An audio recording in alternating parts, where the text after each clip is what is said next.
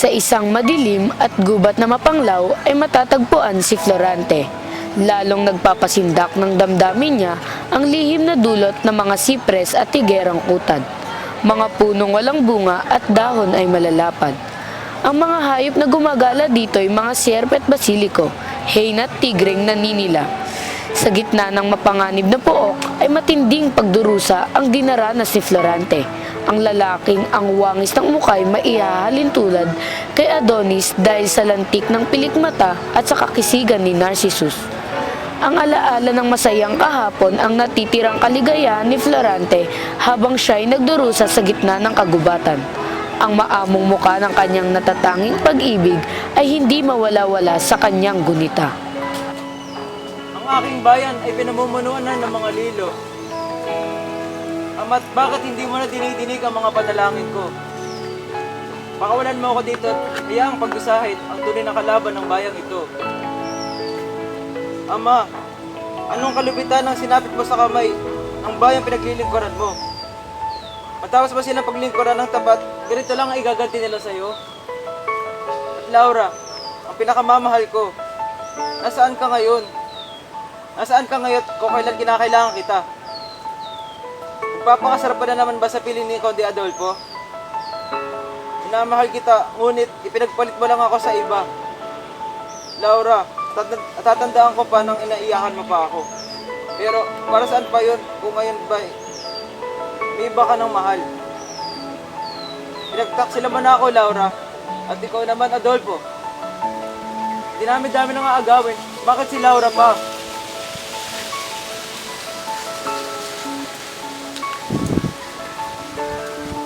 Samantalang napadpad sa pook na iyon ang isang gererong bayani, ang Tikas.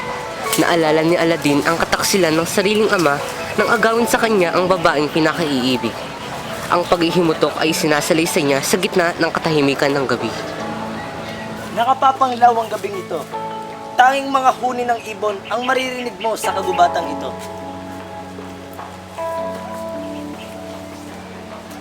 Anong dusa ang sinapit ni Haring Kapalaran at dito ako napadpad?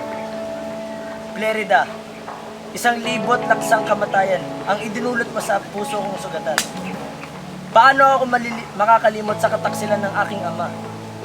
O pagsintang labis ng kapangyarihan? 10 mag-aamay iyong nasasaklaw. Pag ikaw ang nasok sa puso ni Numan, hahamaking lahat, masunod ka lamang. Panginoong Diyos, kunin mo na ang buhay ko. Wala na itong halaga dahil sa kinasapitan ng aking puso at ang bayan kong sawi dahil sa kataksilan ni Adolfo. Ha? Sa loob at labas ng bayan kong sawi, kaliluhan ang siyang nagahari. Magaling at bait ang siyang nalulugami. Iniinis sa hukay ng dusat pagdating.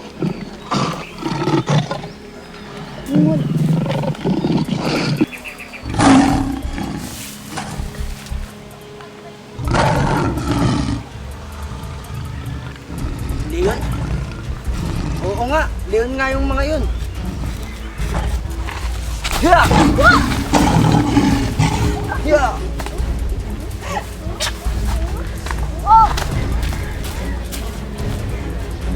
Kahabag-habag na nila lang. Bakit ka nga ba napunta rito?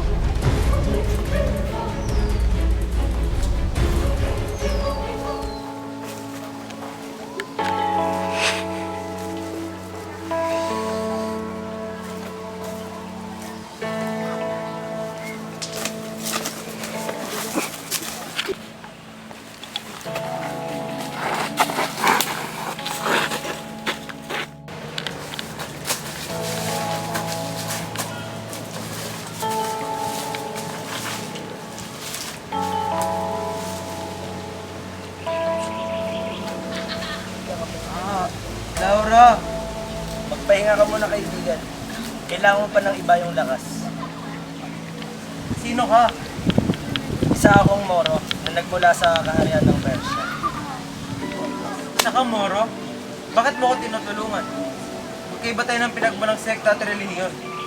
Walang kinalaman ng mga relihiyon natin kung buhay na ang pinag-uusapan. Ngunit, maraming Moro nang namatay sa kamay ko. marami na rin mga Kristiyanong namatay sa mga kamay ko. Bagamat magkaiba nga tayo ng sekta at pinaniniwala ay nagpapakatao pa rin tayo sa panahon ng kagipitan. Ngayon kaibigan, sabihin mo sa akin kung bakit ka napadpad sa lugar na ito. Hindi lang ang dahilan kung bakit ako napadpad dito ang dapat mong malaman. Pero dapat mo rin malaman na sa pagkabata ko pa lamang ay nagsimula na ang mga pasahan ko. Ako ay ang natatanging anak ng tapat na tagapayan ng Haring Linceo, si Duque Bliseo at anak ni Prinsesa Floresca. Sa magagandang bayan ni ina ako lumaki, sa Crotona. Sanggol pa lamang ng mga libang aking buhay sa kamay ng isang higanting buitre. Ang pinsang si Menalipo ang nagligtas sa buhay ko. Ang isa pang pangyayari na ganap sa aking buhay ay nang matika ng lagitin ng halcon ang aking Cupido Diamante. Napakasaklap naman pala ng nangyari sa iyo. 9 taon si Florante nang maging aliwan ang pamamana ng ibon sa burol tuwing umaga. Sa musmus na gulang ni Florante ay naging likas sa kanya ang pagiging matapang. Labis nag-aalala ang ina, Florante. May nakapagsabi sa amin na tumudla ka raw ng hayop sa gubat. At padalas rin ang pagpunta mo sa batis, mapanganib ang daan roon. Nais ko lamang pakinggan ang tunog ng lirap ng mga nayadas, ina. Florante, lumapit ka rito.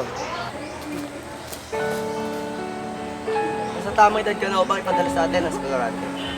Upang bulag mo isipan doon mamulat. Mag-aral ka upang sa magiting na tao na harap sa Albania pagdating na panahon. Ngunit Briseo, bata pang ating anak. Ngunit ito ang narapat niyong gawin upang maging maayos sa kanyang paglaki. Pinagkatandaan ni Florante ang mga sinabi ng ama sa kanyang paglisan sa Albania. Ang laki sa layaw. Karaniway hubad. Sabit at munay sa atol ay salat.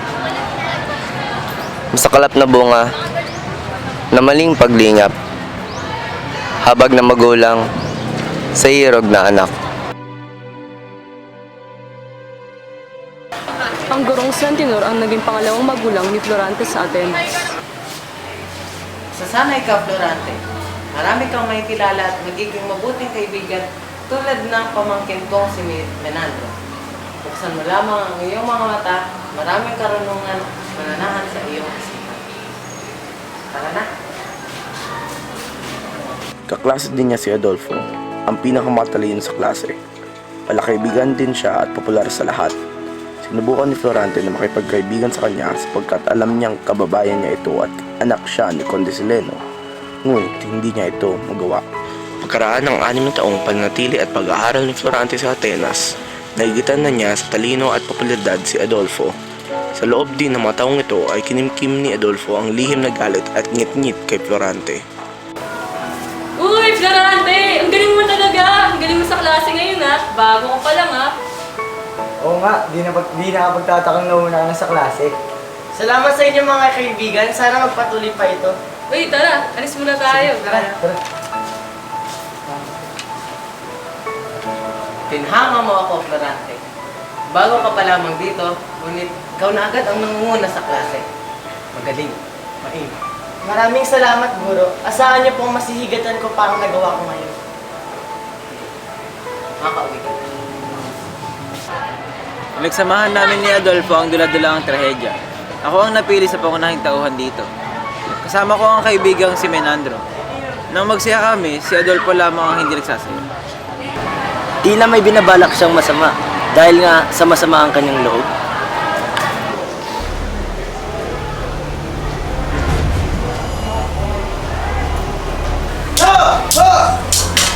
Ikaw na umago na kaparin ko, dapat kang mamatay!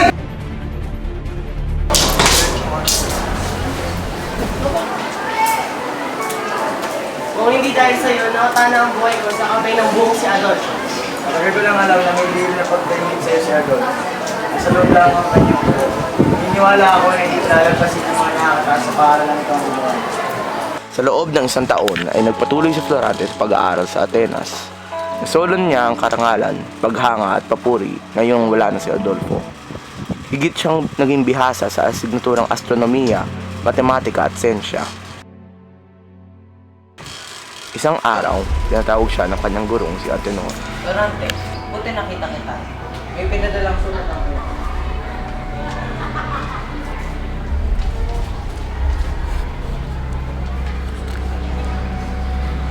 Hindi! Ina! Nagkasakit siya ng malaba habang wala niya sa tabi ko. Wala akong nagawa para sa kanya! Ina! Babalik ka na ng Albania, Florante. Dumating na ang mga sundo mo. Sapat na ang galing at talino at lakas na iyong natutuhan sa paaralang ito para may iharap sa bayan na may dalang pagmamalaki. Ngunit, pagkaingatan mo, ang ganting maaaring ihanda sa iyo ni Adolfo. Tandaan mo ang tagubuhin ko ito. Kung ang isasalubong sa iyong pagdating ay masayang mukha at may pakitang giling, lalong pagkaingat at kaaway na lihim. Siyang isa-isip na kababa ka. Ingat ka, kaibigan. May kamuli natin pagkikita. Maaari kang sumama sa kanyang pagbabalik sa Albania nang may magaling na gabay sa Florante. Kung ganoon ay makakasama ako sa kanya sa bumabalik niya sa Albania. Tama. Buong pananabik na Ama! niyakap ni Florante ang ama niya. Anak! Florante, ang ari ng Rotona ay manang iyong ina. At siya humihingi ng tulong dahil sa paglusog ng Moro sa pangunguna ni General Osmalik. Kung ako'y malakas pa, ay ibig kong tumungo sa timbahan upang pagtanggol ang bayan ng iyong ina. Itulot niyo na lang na gawin ko ang bagay na yan, mahal kong ama. Ngunit mapanganib at matapang ang hukbo ni General Osmalik. Noon din ay hinarap ng mag-ama ang Haring Linseo. Natutuwa ako sa pagbalik mo, Florante. Kawangis ka ng iyong ama. At ang pangarap kong tikas mo ang magiging haligi ng Centro Cotrino. Maganda ka at ikaw magiging general ng aking hukbo. Ang bayan ng Crotona ay nasa panganib sa kamay ng mga Moro. Ako po'y tagapaglingkod ng bayang Albania at Crotona. Pag-utusan po ninyo ako. Pinagpulungan nila ang gagawing hakbang sa paglusob sa Crotona ng isang magandang dilaga na mabas. Kahawig niya si Venus at tila pinana naman siya ni Cupido.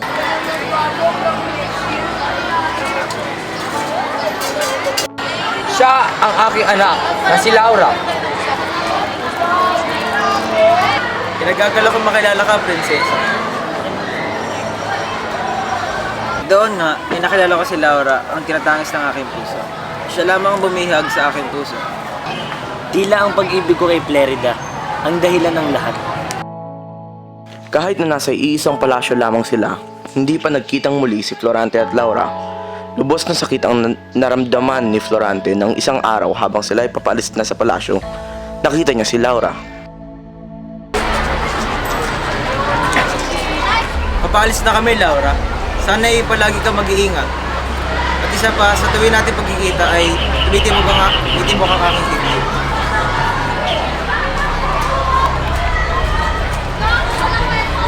May paglaban si Florante sa grupo nila Osmalik at natalo niya ang mga ito. Nagkasiyahan ang bawat isa. Bumalik sila sa Albania at kinutuban nang makita niya ang bandera ng kalaban. Pakunin mo kami dito! Mami! Kaya ka? Ano to, Adolfo? Ano uri ng kataksilan to? Si Laura. Sa akin yung pakasal si Laura. Hindi kita mahal. Kahit yan, hindi kita mamahalin. Wala ka nang magagawa, Laura. Dahil tulad ng gagawin ko sa iyong ama, mapapatay ko rin si Florante. Hindi ka?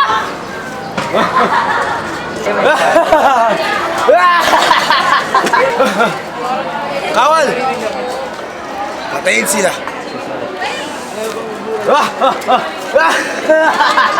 Dumating si Florante sa Albania. Sa ang buong, Adolfo! Wala ka nang magagawa kundi manangis, Florante. Si Laura! Asan si Laura? Si Laura at ako'y magpapakasal na. Kahit huwag mo na siyang hanapin pa. Pinagtaksi lang ka na niya, Florante. Pinagpalit ka niya sa akin dahil ako ng bahuhari ng Albania. Di totoo yung sinasabi mo. Hindi ako maaari pagtaksilan ni Laura. Makawal magsilapit!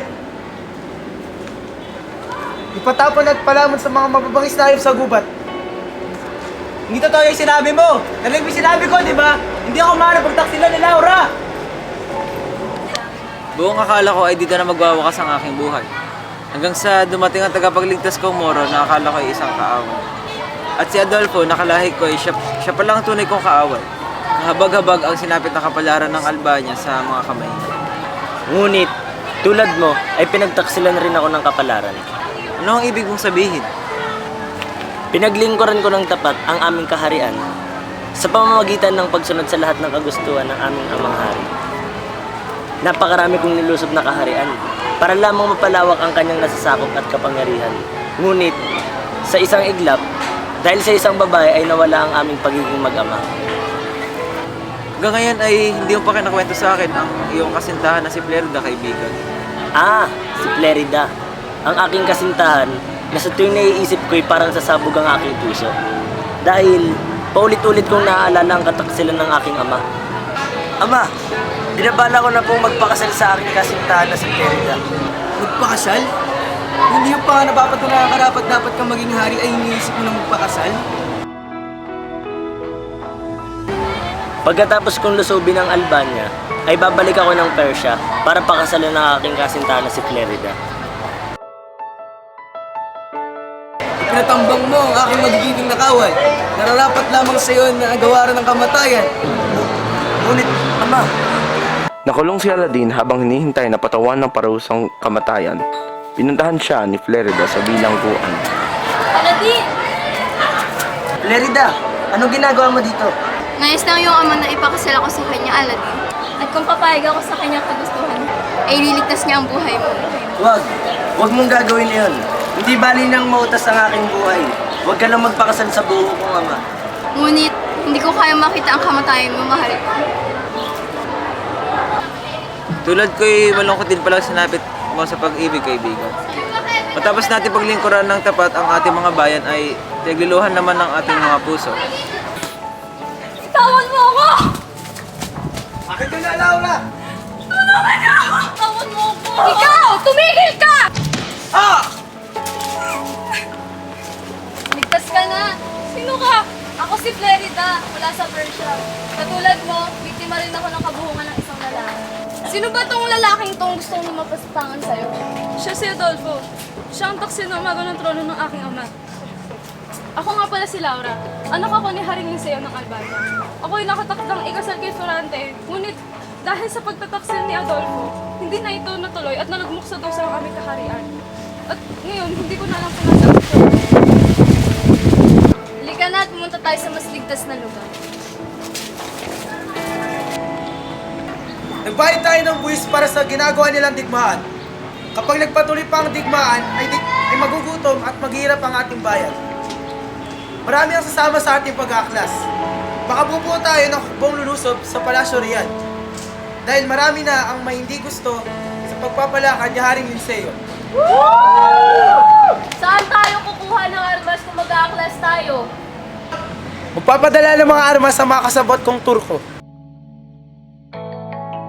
Dahil dito, lihim na sumulat si Laura kay Florante sa pamamagitan ng isang matapat na kabalyero.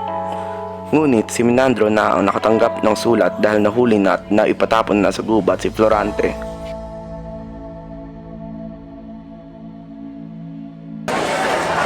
Laura! Napakasalan mo na ba ako? Di kita mahal. Pakawalan mo ako dito. Ito si Florante. Saan ko siya dinala?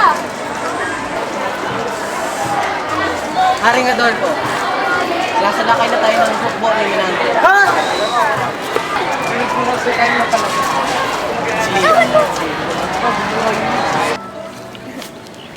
Ligtas na dito. Pwede na siguro. Dito na tayo. Napaslang ko pala ay ang buhong na si Adolfo. Wala pala tayong pinagkaiba sa ating naging kapalaran. Meron din akong kasintahan, si Aladdin. Ang prinsipe ng mga Moro na anak ni Sultan Ali Adab. Ano? Nagmamahalan kami ni Aladdin at nagpasya na kaming magpakasal, subalit ipinadala siya ng kanyang ama sa digmaan. Sa kanyang pagbabalik sa aming bayan ng isang bigo, nakusahan siya at hinatulan ng kamatayan ng kanyang ama. Tunay na masalimot ang buhay at pag-ibig mo, Flerida. Kapalit ng pagpapakasal ko kay Sultan Ali Adab ay pinalaya si Aladdin. Pinatapon sa kagubatang ito. Hindi ko makakayanan na magpakasal sa taksil na sultan ng Persia. Bago pa dumating ang takdang araw ng aming kasal, ay nagpasya na akong tumakas. Sinuong ko ang panganib at tiyak na kapahamakan kung sakaling mahuli ako ni Sultan Ali Adab. Ngunit, mas mamatamisin kong mamatay kaysa mapasakamay niya ako. Siya ako magtungo sa kagubatan para hanapin si Aladdin. Hanggang sa narinig ko ang iyong tinig, hindi ako nagdalawang isip na iligtas ka.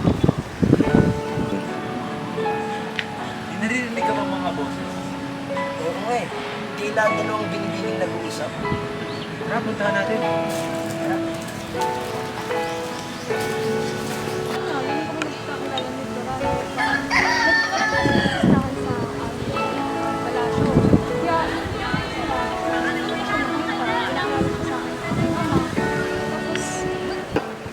Di yata't hinahanap ako ni Flerida hanggang sa kagubatan. At totoong hindi nagtaksil si Laura. Tunay ngang hindi tayo sawi, kaibigan. May tinig akong naririnig. Laura! Flerida! Florante! Aladin! Totoo ba lahat ng narinig ko? Nagdududa ka pa ba? Patawarin mo ako sa pagdududa ko. Buong akala ko'y pinagtaksilan mo na ako. At sawi na ako sa pag-ibig. Salamat at ligtas ka. Akala ko hindi na tayo magkikita muli. Bumalik sina Florante at Laura kasama si Aladin at Flerida sa Albania. Bininyagan sina Aladin at Flerida.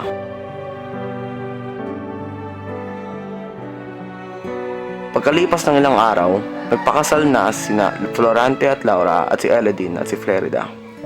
Nakatanggap ng sulat si Aladin na namatay na ang kanyang ama at siya na ang bagong sultan ng Persya. Si Florante naman ay naging bagong hari ng Albania.